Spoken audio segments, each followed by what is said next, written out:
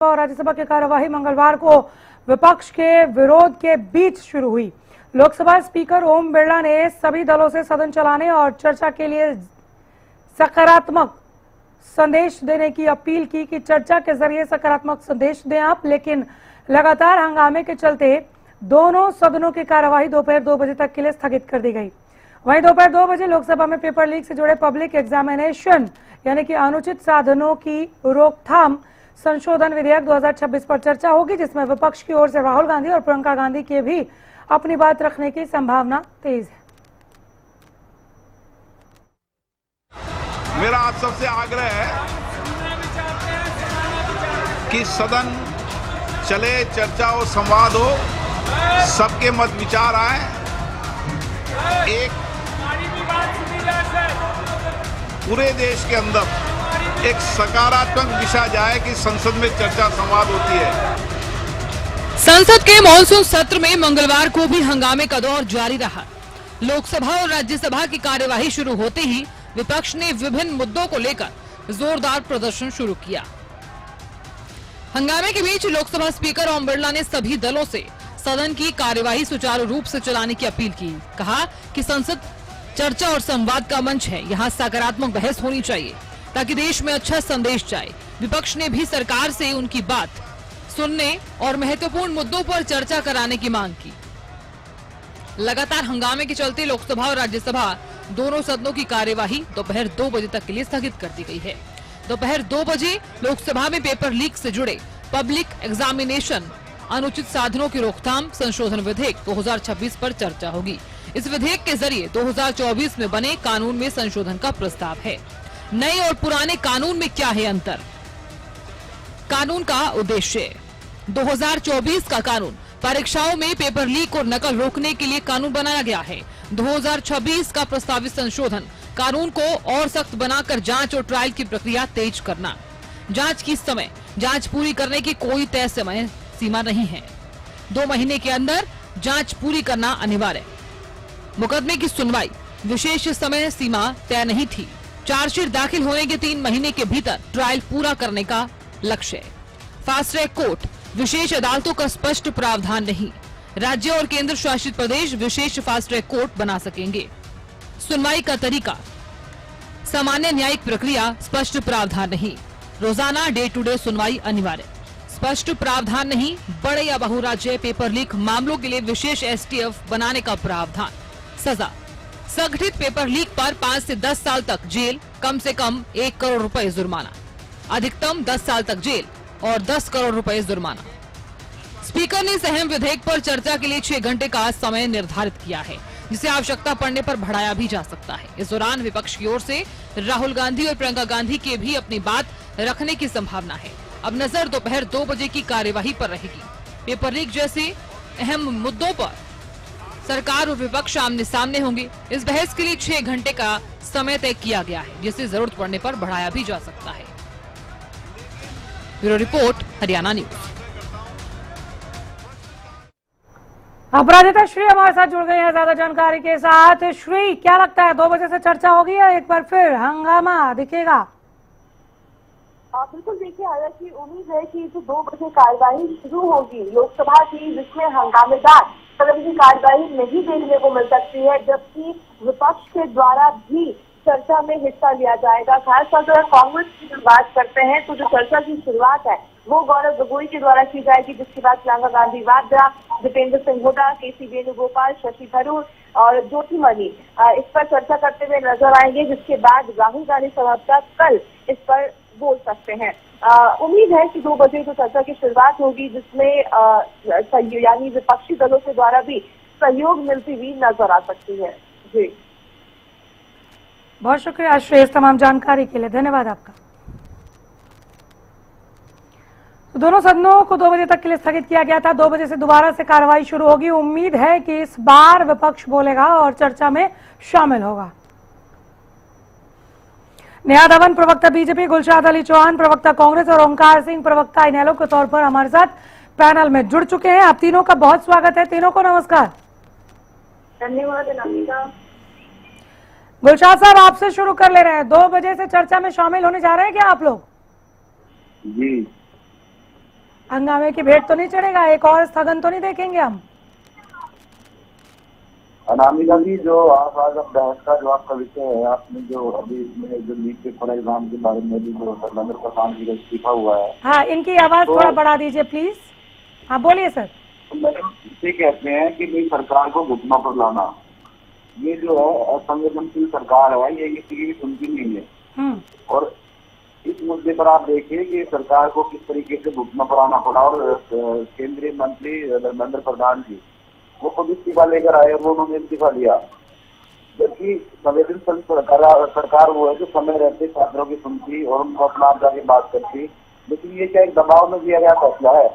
युवा किसी देश की सबसे बड़ी ताकत होते हैं और उसी से हमारा भविष्य जो हमारा उज्जवल होता है। अगर हमारे युवाओं को शिक्षा नहीं मिलेगी, उनको नौकरियां नहीं मिलेगी, तो वो क्या अंधकार की तरफ जाएंगे।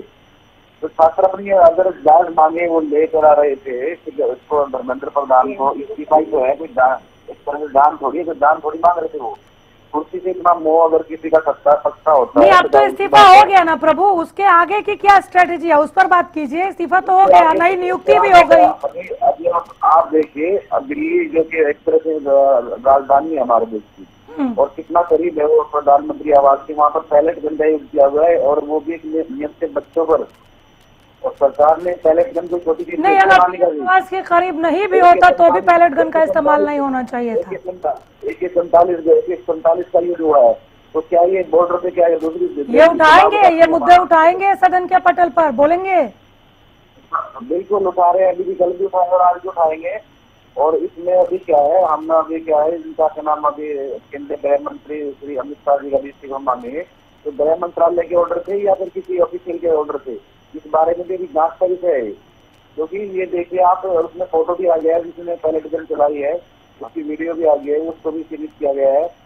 तो नरेंद्र मोदी की जो सरकार है, इतनी तरह से असंवेदनशील सरकार है, जनता के प्रति ये निर्दयी सरकार है, तानाशाह सरकार है।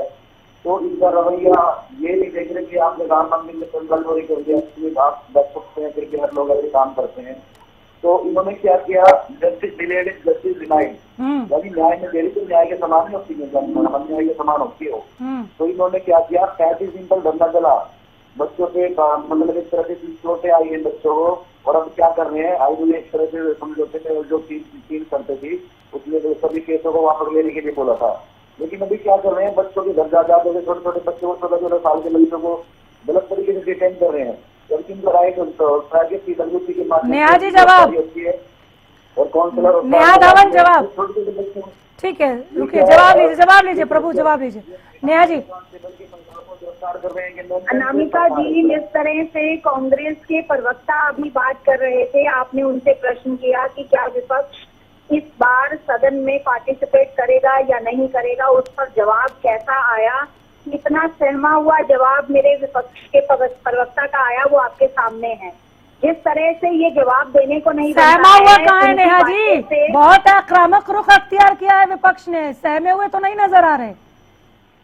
बिल्कुल सहमे हुए हैं, तभी तो विपक्ष जो है वो बैठ कर जवाब सुन नहीं सकता है। क्योंकि मेरे पास में इनकी बात का जवाब ये है कि जब इनका सरकार में कार्यकाल था तब प्रश्न पत्र लीक होते थे, नकल चलती थी, गिरोह काम करते थे, तब इन्होंने ऐसा मॉडल, इसीलिए तो बदल दिया, आपको मौका दिया ना नेहा जी, इसीलिए बदल दिया, आपको मौका दिया। इसीलिए माननीय प्रधानमंत्री जी के नेतृत्व में हमने ऐसा मॉडल स्थापित किया कि डॉक्टर राधाकृष्णन समिति की सिफारिशों को हमने लागू किया। नकल नेक्सस को रोकने के लिए, कार्रवाई करने के लिए कड़े कानून हमने बनाए। और सबसे महत्वपूर्ण बात, आने वाले समय में नीट जैसी परीक्षाओं को, पात्रता परीक्षाओं को सुरक्षित बनाने का कार्य मेरी सरकार ने, मेरे प्रधानमंत्री ने करके दिखाया है। और आने वाले समय में इनको सुरक्षित बनाने का जो योगदान मेरी सरकार और मेरे प्रधानमंत्री देंगे, इनकी सरकारों के समय में देश नेहा जी, एक मिनट राली साहब, गुलशा जी रुकिए। नेहा जी, देश की सरकार आज जो गिना रही है, बिल्कुल आप लोगों ने किया, बिल्कुल किया, कोई नकार नहीं रहा है, कांग्रेस भी नहीं नकारेगी इस बात को। लेकिन पेपर लीक हुए, जिम्मेदारी आप लोगों ने तय की, तभी आप लोगों ने इस्तीफा भी स्वीकार किया धर्मेंद्र प्रधान का, और सीजेपी की बाकी की भी 2 प्रमुख मांगे आप लोगों ने मान ली। ठीक है, सिर्फ ये कह देने से कि इनकी सरकारों में होता है, ये कोई जवाबदेही नहीं होती है। मैं पूछ रही हूँ उनसे कि जो वो सवाल सोशल मीडिया या टीवी चैनल्स या सड़क पर कर रहे हैं वो सदन के भीतर क्यों नहीं कर रहे। इस पर कांग्रेस का ये कहना है, सर मैडम सुन लीजिए, इस पर कांग्रेस का ये कहना है कि पहले माफी मांगे, लेकिन अब वो फिर भी चर्चा के लिए तैयार है स्पीकर के मनाने के बाद। ये थोड़ा सा मैंने इसलिए ब्रीफ किया कि क्या आप लोग ये समझ पा रहे हैं कि विपक्ष चर्चा भी करेगा तो आक्रामक रुख अख्तियार करेगा। क्या तैयारी है आपकी वो बताइए। अनामिका जी मेरा जवाब पूरा सुनिएगा, मैं पूरा जवाब कम समय में खत्म करूंगी। जल्दी जल्दी ओंकार सिंह के पास भी जाना है।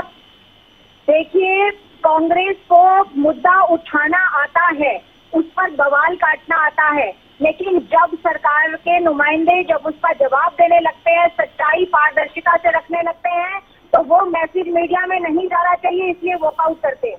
चाहे विधानसभाओं में और राज्यों की और चाहे लोकसभा की, दोनों उच्च सदन है, दोनों सदनों में वॉकआउट करने का काम क्यों करते हैं, क्यों पेट दिखाने का काम करते हैं। हिम्मत है तो छाती ठोक कर वहीं बैठे सदन के अंदर। माननीय प्रधानमंत्री जी, माननीय हमारे जो मंत्री हैं, विभाग अध्यक्ष है, शिक्षा मंत्री है, उनकी बात को सुनने का वादा होना चाहिए।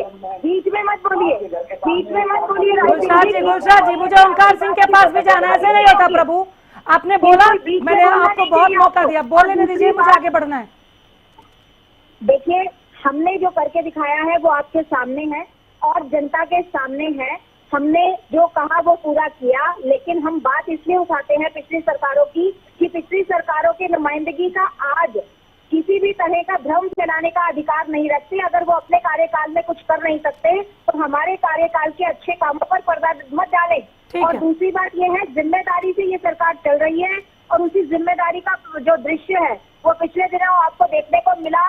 माननीय पूर्व शिक्षा मंत्री धर्मेंद्र प्रधान जी ने अपनी जिम्मेदारी लेते हुए इस्तीफा दिया, क्योंकि देश के युवाओं के भविष्य के साथ हम कोई खिलवाड़ नहीं चाहते हैं। और जहां तक इस पूरी प्रक्रिया को और पारदर्शिता और सुरक्षित बनाने के लिए ठीक है न्याय जी, हो गया आप ये रिपीट हो रहा है, आपने बोल दिया। ठीक है ओंकार सिंह, ये जो तमाम हो हल्ला हो रहा है, आज भी कल सदन की कार्रवाई शुरू हुई, हंगामे की भेंट सदन चढ़ गया, लेकिन 2 बजे से उम्मीद है कि कम से कम चर्चा होगी। आपको लगता है कि 2 बजे से चर्चा होगी? विपक्ष का जो रुख है, जिस तरह से आक्रामकता विपक्ष दिखा रहा है, सरकार के पास कितनी तैयारी आपको नजर आ रही है जवाब देने के लिए? अनामिका जी, विपक्ष का धर्म है, विपक्ष का कर्तव्य है सार्थक चर्चा करें, क्योंकि करोड़ों अरबों रुपए जनता के खर्च होते हैं। सार्थक चर्चा जरूरी है, लेकिन जहाँ तक सरकार की तैयारी का सवाल है, ये लोग बेशरम लोग हैं, क्या जवाब देंगे? जब स्पष्ट हो गया कि इनके शासन काल में 157 से अधिक पेपर लीक हुए, ये तो स्पष्ट हो गई बात। धर्मेंद्र प्रधान ने इस्तीफा दे दिया और बेशर्मी की हालात देखिए। धर्मेंद्र प्रधान जी अपना बयान दे रहे हैं कि मैंने अपनी स्वेच्छा से इस्तीफा दिया। अरे भाई, स्वेच्छा से इस्तीफा देना होता तो जिस दिन ये कार्यकर्ता, युवा कार्यकर्ता धरने पर बैठे थे, उससे पहले दे देते। और कितनी बेशर्मी से हमारी बीजेपी की प्रवक्ता, हमारी छोटी बहन है, ये कह रही थी हमारी सरकार, मेरे प्रधानमंत्री, ये क्या है? ओंकार जी, ये क्या है? ओंकार जी, आपसे सभ्य शब्दों की उम्मीद करती हूँ मैं किसी के बीच में नहीं बोला, मेरे बीच में बोलिए ना। सुनिए, इससे ज्यादा बेशर्मी शब्द तो सही लगा रहे ओंकार जी। देखिए अनामिका जी, मैं बीच में नहीं बोला। नहीं ठीक है, बोलिए, थोड़ा मर्यादित होकर भी बात कर सकते हैं। ठीक है, बोलिए। मर्यादित होकर बोल रहा हूँ मैं, बोलिए सर। इसमें मेरी बात सुनिए, क्या कुछ शर्म का मतलब है? एक लोकतंत्र में एक पार्टी की प्रवक्ता एक पद पर बैठकर कह रही है मेरा प्रधानमंत्री, मेरी सरकार, ये क्या है? क्या दर्शाता है? ये इनका घमंड नहीं दर्शाता? सरकार सबकी होती है, आपने भी टोका कि भारत सरकार हमारे सबकी सरकार है, प्रधानमंत्री इनके नहीं है, हमारे भी है। नहीं ठीक है, वो टोक दिया था, वहाँ पे टोक दिया था, आगे बढ़िए। हाँ देखिए, विपक्ष का कर्तव्य है सार्थक चर्चा करे, लेकिन इसके साथ साथ जो इन्होंने प्रावधान बनाने की बात कही, बहुत अच्छे प्रावधान है। इन्होंने कहा कि चार्जशीट पेश होने से 3 महीने के भीतर फैसला चाहिए, हर रोज सुनवाई चाहिए, बहुत अच्छी बात है। आपने देखा होगा, कल पहला दिन था, कल पहले दिन ही सीबीआई के वकील पेश नहीं हुए और सुनवाई नहीं हुई। ये क्या दर्शाता है? मैं मानता हूँ ये हर तरीके से हर रोज सुनवाई होनी चाहिए, लेकिन ये भी रोक लगनी चाहिए कि ये बहानेबाजी नहीं चलेगी कि आज सीबीआई का वकील नहीं है, वकील का पेट दर्द हो गया। ये वकील के संशोधन भी है इस लग बिल में गए। सर, जनाब, ये संशोधन भी है डे टू डे सुनवाई को लेकर इस बिल में। मैं कह रहा हूँ डे टू डे सुनवाई जरूरी है, हाँ। लेकिन आप कल का उदाहरण देख लीजिए ना, कल पहले ही दिन तो था, कल कहाँ हुई सुनवाई? सीबीआई ने कह दिया हमारा वकील पेश नहीं है, क्या मतलब है इसका? ये ड्रामेबाजी नहीं चाहिए। ये नहीं, टाइम सही बहुत जरूर है, लेकिन इसमें ड्रामेबाजी का कोई स्थान नहीं है। और दूसरी बात, जब भी बीजेपी के प्रवक्ता की बात आती है, ये पूर्व की सरकारों पर चले जाते हैं। आपने बहुत बढ़िया कहा नामिका जी कि अगर पूर्व की सरकारें ऐसी थी तभी तो जनता ने बदल कर आपको मौका दिया। आप ऐसी व्यवस्था क्यों नहीं कर रहे? और अब भी जो धर्मेंद्र प्रधान ने इस्तीफा दिया है, बहुत से युवाओं पर लाठियां बांधने के बाद, बैलेट गन चलाने के बाद AK-47 की गोलियां चली, क्यों? इसकी जिम्मेवारी किसकी है? इसमें प्रधानमंत्री और गृह मंत्री दोनों को बताना चाहिए। और गृह मंत्री को बताना चाहिए, अगर उनके आदेश से लाठियां बांधेगी, आंसू गैस छोड़ेंगे, वाटर कैनन छोड़ेंगे और तीर वाली लाठियां मारेगी, बैलेट गन चलाएगी, तो माफी मांगना इनका धर्म बनता है। माफी मांगने से इंसान छोटा नहीं होता, माफी मांगने से बड़ा होता है इंसान हमेशा। लेकिन घमंड की प्रकाशिता करने वाले लोग माफी नहीं मांगते। आज अगर इनको ये बताना पड़ेगा कि गलती किसकी थी, अगर गलती इनकी थी तो इनको माफी मांगनी चाहिए, अगर गलती किसी अधिकारी की थी तो उसके ऊपर बाकायदा कार्रवाई होनी चाहिए कि क्यों उसने बिना होम मिनिस्ट्री के आदेश के लाठीचार्ज किया, बैलेट गन का प्रयोग किया। आज देखिए अभी 2-3 दिन हुए इस सारे काम को, लेकिन हमें पता लग रहा है कि सीबीआई के कार्यकर्ताओं और नेताओं को घर से पुलिस उठा रही है। जब एक समझौता हो गया कि हम सारे केस वापस लेंगे, उसके बाद दुर्भावना से और पीड़ित करने के उद्देश्य से कोई कार्रवाई नहीं होनी चाहिए। ये गुलशहाद अली साहब ने भी ये सवाल उठाया था। नेहा जी ये पॉइंट नोट कीजिए, पैलेट गन और AK-47 वाला भी पॉइंट नोट कीजिए, इन दोनों पर जवाब चाहूंगी मैं। सिंह साहब जल्दी कंप्लीट करें। देखिए मेरा इतना सा कहना है कि कोई भी समझौता होता है उसको ईमानदारी से लागू किया जाना सरकार की जिम्मेवारी है, नहीं तो सरकार भरोसा खो देती है। आप देखिए किसान आंदोलन में प्रधानमंत्री श्री नरेंद्र मोदी जी ने 13 महीने के बाद आके टीवी चैनल पर एकदम से बोला कि मैं माफी मांगता हूँ क्योंकि मैं आपको समझा नहीं सका। 3 कृषि बिल वापिस लिए, वहाँ समझौता हुआ था कि सारे केस वापिस लेंगे किसानों, वहाँ समझौता हुआ था कि MSP गारंटी कानून के लिए कमेटी बनाई जाएगी, ना कमेटी बनी ना केस वापिस ली। इस मामले में भी हमें शक है कि उस वक्त तो समझौता दबाव में इन्होंने कर लिया, लेकिन आज दोबारा से अगर छात्र नेता उठाए जा रहे हैं तो बहुत निंदनीय बात है। इससे देश और विदेश में, ठीक है गुलशहाद जी, भारत सरकार आप कुछ जोड़ना चाहेंगे इसमें, क्योंकि मैं नेहा जी से जवाब लेने आगे बढ़ूंगी। अनामिका जी आप देखिए सत्ता में किस तरीके के लोग बैठे हुए हैं। माननीय केंद्रीय मंत्री पीयूष गोयल जी, उन्होंने कहा कि भाई प्रधानमंत्री जी आप जिस तरीके से आपने गुजरात के अंदर किया था आप वो क्यों नहीं दोहराते यहाँ पर? इसका मतलब ये गोधरा कांड कराना चाहते थे जंतर मंतर पर। तो ये लोग देखिए कितने संवेदनशील है, ये हैवानियत की हदें पार कर रहे हैं। एक ऐसे मंत्री को, और वैसे भी पीयूष गोयल जी पढ़े लिखे इंसान है, उनके लिए ऐसी शब्दावली हमारे लोकतंत्र के अंदर जो कि दुनिया की सबसे हेल्दी डेमोक्रेसी है इंडिया, ऐसे ही यहाँ पर ऐसी असभ्य भाषा का प्रयोग करना, ऐसी बातें करना, तो आप लोग भी देखिए कितने लोग ये कितने संवेदनशील है। तो छोटे छोटे बच्चों को अगर ये गुजरात दोहराना चाहते हैं तो ये सोचिए आप क्या करना चाहते हैं लोग। तो ये लोग क्या तानाशाही सरकार चला रहे हैं, लोगों को डराकर धमका ठीक है, मैं आपका जवाब ले लूंगी। अब एक छोटा सा सवाल आपसे, उसका जवाब दे दीजिए। सब जानना चाहते हैं एक्चुअली, जिस डेमोक्रेसी का आप जिक्र कर रहे हैं, देश की जिस आवाम की आवाज उठाने का आप दावा कर रहे हैं और लगातार दिख भी रहे हैं आप उनके लिए बात करते हुए, उन्हीं का पैसा बर्बाद होता है जब आपकी हंगामे की भेंट सदन चढ़ जाता है। तो आप लोग इसे समझ रहे हैं कि आपके पास मौका है सदन के भीतर सवाल जवाब करने का। ये जो सवाल अभी आप उठा रहे हैं वहाँ फेस टू फेस जवाब ले सकते हैं आप समझ रहे हैं सर कि जब हंगामे की भेंट सदन चढ़ता है और स्थगित हो जाता है तो लोगों का कितना पैसा बर्बाद होता है। देखिए मैडम, पिछला जब सत्र शुरू हुआ था तो उस टाइम पे जो था जंतर मंतर का जो काफी चीज थी और 20 जुलाई घटना हुई, सोनम वांगचुक को उठा के लेके चले गए। एक सोशल एक्टिविस्ट है, एक साइंटिस्ट है, एक पढ़ा लिखा इंसान है।